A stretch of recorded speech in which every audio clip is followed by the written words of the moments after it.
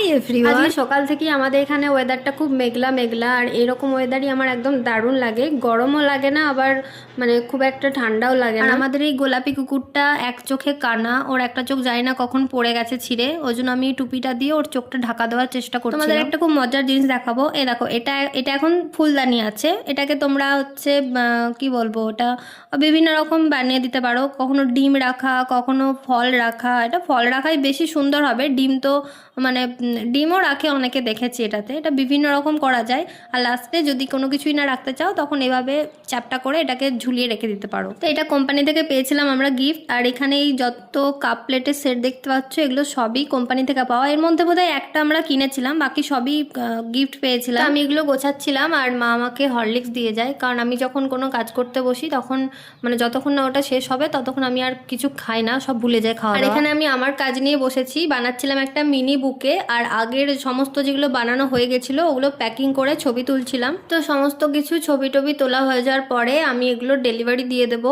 আর এই দেখো, এই আঠাটার পুরো আত্মাটা আমি খিচে বের করে নিয়েছি ওর থেকে। আঠাটা প্রায় শেষ, মানে ও মারাই গেছে কিন্তু ওর দাদু এখনো বেঁচে আছে। ওর দাদুকে আগে শেষ করব, তারপর দুজনকে একসাথে বিদায় দেবো।